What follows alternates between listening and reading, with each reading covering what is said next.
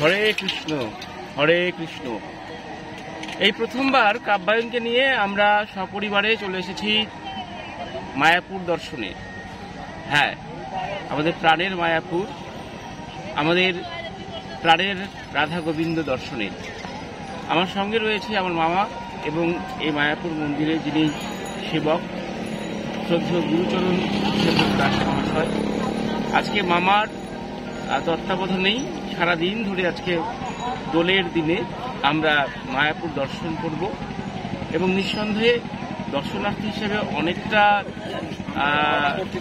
সহজে অনেক ভালোভাবে আমরা দর্শন করবো। কারণ আজকে মামা রয়েছে, যিনি সারা বছর মন্দিরের প্রতি নিবেদিত প্রাণ, এমন একজন মানুষ। তার আজকের দিনের ব্যস্ততার মধ্যেও আজকে আমাদেরকে সময় দিয়েছেন। আমরা মামাকে প্রণাম জানাই, ঠাকুরকে প্রণাম জানিয়ে পবিত্র ভূমি নবদ্বীপ থেকে আমরা চলে এসেছি মায়াপুরে।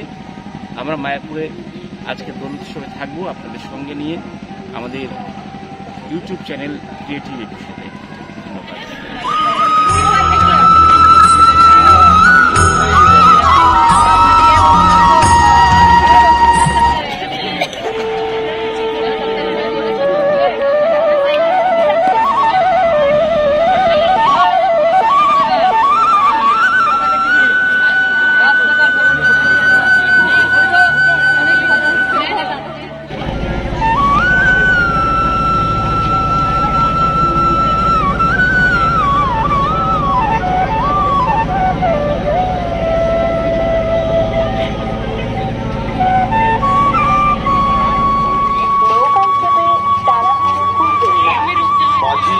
নৌকা বাঁধার পর আস্তে আস্তে নামো। আপনার নিজের টিকিট নিজে কেটে অপর টিকিটে সাহায্য করুন। হাতের ভিতর বাঁধতে কাউন্টার আছে, কাউন্টার সংগ্রহ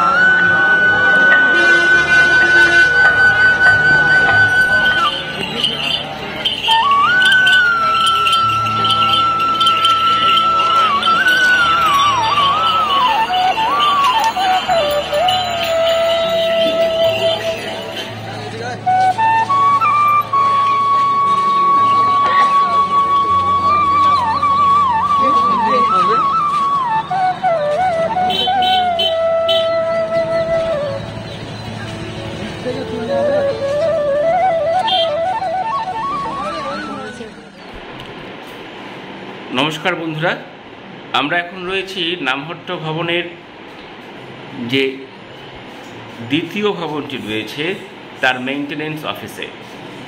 আমার মামা, যিনি এই ভবনের সার্বিক ব্যবস্থাপনা পরিচ্ছন্নতা দায়িত্বে রয়েছেন, শ্রদ্ধেয় শ্রী গুরুচরণ সেবক দাস মহাশয়, আজকে তার ভালোবাসায়, তার আশীর্বাদের এত হাজার হাজার ভক্তের মধ্যেও আমরা কিছুটা সময় মামার সাথে একান্তে এই মেনটেনেন্স অফিসে সময় কাটানোর সময় পেয়েছি। তারপর আমরা বেরিয়ে পড়বো আরও অন্যান্য দর্শনীয় স্থান দেখার জন্য, মূল মন্দিরে প্রবেশের জন্য। একটা বিশাল দায়িত্ব। এই ভবনেই প্রায় রয়েছে 5,000 দর্শনার্থী ভক্তবৃন্দ। আজকে প্রায় 1 মাস ধরে এই বিশাল কর্মযজ্ঞ চলে এবং সারা বছর তো চলতেই থাকে। আমি একটু মামার কাছ থেকে শুনে নিই যে মামা, এই যে কর্মকাণ্ড চলছে ইসকনের ব্যবস্থাপনা এবং আপনার উপর যে একটা বিশেষ দায়িত্ব, এটা কিভাবে আপনি পালন করেন, কিভাবে ভক্তদেরকে আপনি নিয়ন্ত্রণ করেন, তাদের সেবা প্রদান করেন? এটা হচ্ছে গিয়ে মানে পরিচ্ছন্নতার দায়িত্ব আমাকে দিয়েছে। এখানে 5,000 ভক্ত এখন 2টা বিল্ডিং আছে। আচ্ছা। মানে বাথরুমটা সবসময় যেন চকচক থাকে।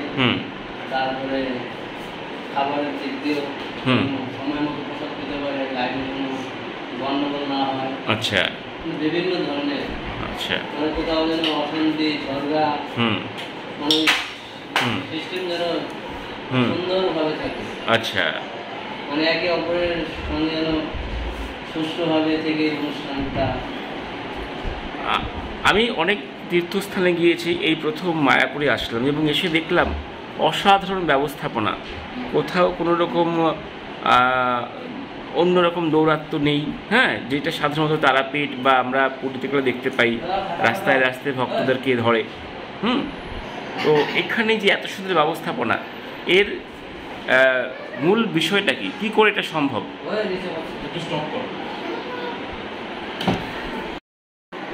দেখতেই পাচ্ছেন যে কথা বলতে বলতেই মামার উপর অর্পিত দায়িত্ব, যে বিশাল একটা দায়িত্ব রয়েছে। প্রায় 50 থেকে 60 জন কর্মী সর্বদা তার নির্দেশে এই যে ভবন এবং তার সঙ্গে সঙ্গে মন্দির সংলগ্ন এলাকার পরিচ্ছন্নতা।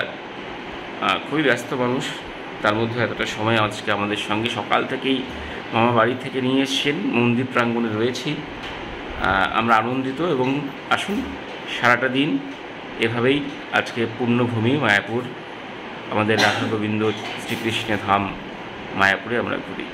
মামা রয়েছেন, যেটা বলছিলাম মামা, যে এই যে এত শৃঙ্খলা, কোথাও কোনো অসুবিধা নেই ভক্তদের, এটা কি করে সম্ভব? সাধারণত অন্যান্য তীর্থস্থানে গেলে নানা রকম অসুবিধা হয়, রাস্তাঘাটে অনেকে ধরে এদিকে আসুন ওদিকে আসুন। আমি দেখলাম না, এখানে কেউ কাউকে ধরছে, সবাই যেন নিজের গতিতে চলছে। এটা কি করে সম্ভব?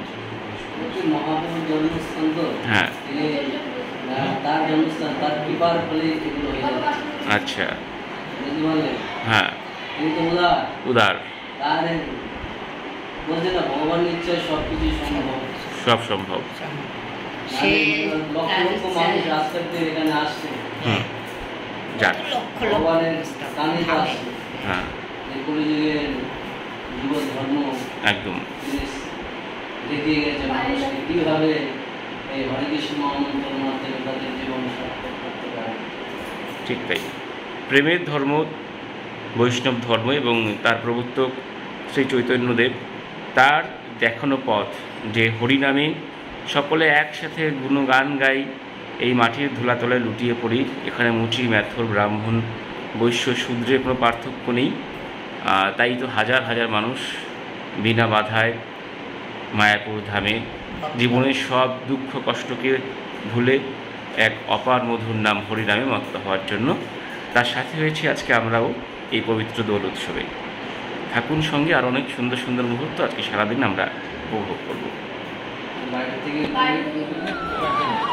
চলো।